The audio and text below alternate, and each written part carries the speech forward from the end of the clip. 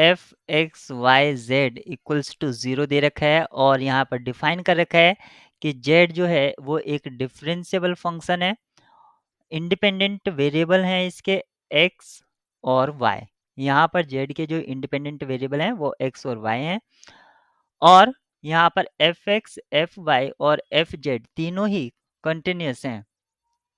तो हमें बताना है कौन सा ऑप्शन ट्रू होगा, तो इसको हम इस तरह से मान लेते हैं एफ जो है वो function of X Y Z है, यानी कि एक्स वाई और जेड, और जो जेड है वो फंक्शन है एक्स वाई का इंडिपेंडेंट वेरिएबल। तो इस तरह से हम इसमें चेन रूल अप्लाई करेंगे एक तरह से। तो इसको मैं लिख सकता हूँ partial F with respect to x plus partial F with respect to z और partial Z with respect to x equals to 0।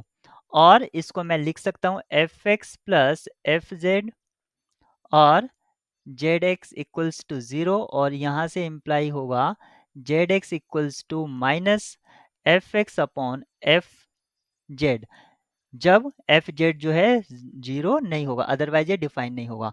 तो नेगेटिव में हमारा है, तो आप देख सकते हैं सी ओ डी ऑप्शन में नेगेटिव कहीं भी अपीयर नहीं हो रहा है। सॉरी, सी में तो है, डी यहाँ से डिस्कार्ड हो जाता है। अब हम partial Z with respect to Y निकालेंगे और उससे हमें कंफर्म हो जाएगा। तो सब अब हम निकालेंगे partial F with respect to y plus partial f with respect to z और partial z with respect to y equals to 0, और यहाँ से इम्प्लाई होगा Z Y equals to minus F Y upon F Z. तो ये भी हमारा negative आता है, ऑप्शन सी डिस्कार्ड हो जाता है क्योंकि यहाँ पर पॉजिटिव में है, और ऑप्शन बी आपका कंफर्म हो जाता है क्योंकि दोनों ही नेगेटिव में है।